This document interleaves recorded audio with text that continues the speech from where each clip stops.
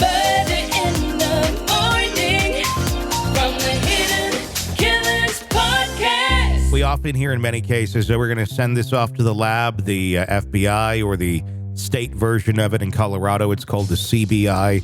We're going to send it off to the lab for testing, and that's going to give us an impartial analysis of what we are looking at. And then you can take that information and then apply it to the case in question for however you need to do that.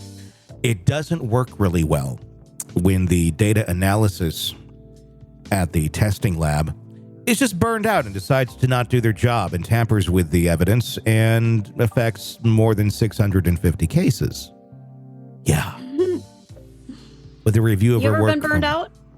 Yes, but I'm not doing a job that's going to affect the freedom or the well-being of other human beings when I'm burned out. Interesting little personal story, because in our last segment, we talked about how I have guns and an axe in my bedroom. I sound very unstable. Listen to the last episode about rust, and you'll for context, please. Yeah, I'm not as unstable as I sound. I kind of like Sheldon Cooper. My mother had me tested. I was a veterinary technician for 8 years, and during, I think, 2022, I got burned out to the point where it was like you'd cringe when your alarm would go off. You'd, just feel tightness in your chest as you're going into work. It was really stressful at vet clinics during the pandemic. It was very stressful in a lot of places, but especially there, I'm not discounting hospitals where humans were. That's obviously a whole different story, but vet clinics were overrun because people were adopting animals during the pandemic. It was horrible there. And I felt burned out. Like, I don't want to do this anymore. And I sat down and I had kind of a discussion with family and said, I'm going to have to leave. I can't do this. That's what you do when you're burned out. You seek counseling, do some self-care. You look for alternatives to, be able to do your job. Can you do it differently? Talk to your human resources department, talk to your manager, try to work through it. You don't just go, fuck it, I'm not going to do my job and subject 650 cases to possible jail sentences. Yeah. Ouch. That's not how you handle burnout. When I was burned out doing radio, I still had like 2 years on my contract, and I was already running my own business, and I was just done with this is weather next. And I went to my bosses and I said, hey, I know I still got 2 years on this contract. I don't feel like I'm going to be giving you the quality you want for this radio station. And I'm just not happy. I mean, I like you guys, but I'm just kind of done. I've reached my point of this where I feel like I'm over radio. I got my own business going. I would just like to go do that. And I don't want to pull you guys down just because I don't have the energy to do it. And they listen. They're like, okay, we respect that. Could you just stick around until we find a replacement, and then you can be done? Cool. Let's do that. See? Yep. They eventually found a replacement who sounded worse than me on a bad day. But duh. I'm like, okay. But actually, that was, I should say this. It was not the initial replacement. They moved him to another thing. They were a guy who kind of permanently replaced me. Yeah, he was way worse than me on a bad day. Anyway, let's go back to this story. Yvonne Missy Woods, a former DNA analyst at the Colorado Bureau of Investigation, CBI, as we will call it going forward, admitted to tampering with data in hundreds of criminal cases to avoid taking additional steps in her analysis, like you need to do. According to a 2-hour interview obtained by 9 News Investigates, the interview sheds light on the actions of Woods, who was once a celebrated figure in DNA testing. In late 2023, an intern discovered discrepancies in Woods' work during a research project, leading to a deeper investigation. As a result, Woods, a veteran of 29 years at CBI, retired in lieu of termination. This interview marks the first time Woods has publicly explained her actions, which had far-reaching consequences for families across Colorado. CBI Assistant Director Kellon Hassenstab led the interview, aiming to uncover the extent of the problem. We're really trying to determine how bad this problem is for us and what this may impact your whole judicial system, sir. Woods often responded with, "I don't remember," to many of the questions posed. When pressed about the gravity of her actions, Hassenstab remarked, "You literally can be the person whose work brings down CBI forensic services, and I'm not even exaggerating that. And you've done a lot of good stuff, but the data indicates you've also done a lot of bad stuff too, and we don't have a time machine."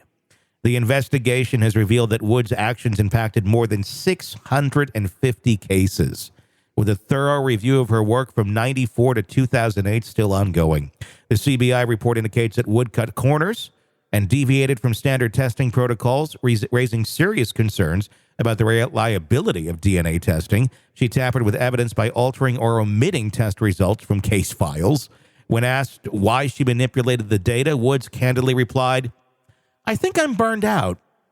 She confessed to deleting data to avoid additional analytical steps and admitted that she concealed her activities from the technical review process. The implications were not even a thought, and I think that for that stuff, it was like click done, move on, click done, move on, Woods explained. "I don't know any of these people. I don't have any reason to pick this one and not the next one that I took forward all the way through whatever." She speaks real eloquently.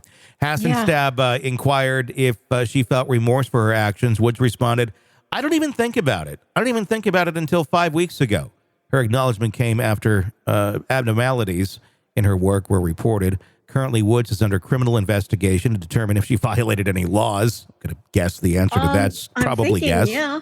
She stated that she accepted some responsibility because of the thought of going down as a completely rogue analyst as opposed to bucking up and owning her actions. Hey. Woods' attorney, Ryan Brackley, has emphasized that Woods has never created or falsely reported a DNA match. The internal review supports this, and it did not find evidence of Woods falsifying DNA matches or fabricating DNA profiles. The primary concern for investigators is the potential wrongful imprisonment of individuals due to Woods' actions. When asked if this was a valid concern, Woods firmly responded, "Absolutely not." Okay. Wow. This sounds like a narcissist. A malignant narcissist. Yes. Yes, and probably is. It's one thing, and I don't want to demean anybody who maybe works in food service or retail. You and I have both done this, but it's one thing to go, screw it. I'm going to short them on some fries, or I'm not going to put as many pickles on their sub. Okay, so you're shorting the customer. That's not cool, but their life goes on, Mm-hmm. This is just the implications of not doing your job correctly. The stakes are too high. In something like this, yeah. If you're cutting corners, again, saying that she didn't falsify. Okay, she didn't falsify, but she didn't do these completely. So there was data missing that could exonerate somebody, or on the other end of things, could convict somebody as well. So you could have people out there that otherwise should have been convicted on evidence, or you have people who are convicted on evidence that shouldn't be, simply because she didn't feel like it. She was burned out. And that's and this is a company that's representing itself as doing a thorough job. Yeah. She's representing the company. She is a representative who's supposed to be doing the job from start to finish, and she's not doing it. So they are out there with their reputation now absolutely hacked to pieces. How do you recover from that? You get a better checks and balances in place, so it's not some research student that catches you in 2023. Don't they do audits? We Apparently just pulled not. up one case and took a look to make sure you're doing everything you're supposed to do. That's probably why she knew she could get away with it, because there was no checks and balances, and there was the leadership just thought, well, she's doing good. She did that. It's great. Doing forever. We don't need to check that. No, things can go wrong even after years of experience in something. Fuck, Alec Baldwin, he handled many, many, many guns. And then this one went off and killed somebody. It doesn't matter how many reps you got in on things. You can't assume that you will be perfect, that this person will be perfect on everything if you're just watching from the sideline. You have to check these things. That's why you have audits. That's why you go in, especially something like this. Yeah. And there was I guess think about that the next time you're, doing work and going, I'll just do it half-assed. Yeah. Or the next time the FBI has to go and analyze your DNA because you might have committed a crime, just go, I wonder who's working back there today. Is that the one? That's the one that's going to take a little extra time and go get that sub sandwich with the fewer extra pickles or fewer pickles? Or is that the one that's going to sit there and actually do their job? I don't know. Think about that the next time you go get a sub, too. Yeah, exactly. And think about the DNA that's in that sub. Want to listen ad-free? Want advanced access to all of our interviews before anyone else? Become a True Crime Today Premium Plus subscriber on Apple Podcasts. You get every episode commercial-free. So you can binge on true crime. Until you can binge no more. Search True Crime Today Premium Plus on Apple Podcasts now, or go to our podcast page and sign up now. More of the Hidden Killers podcast next.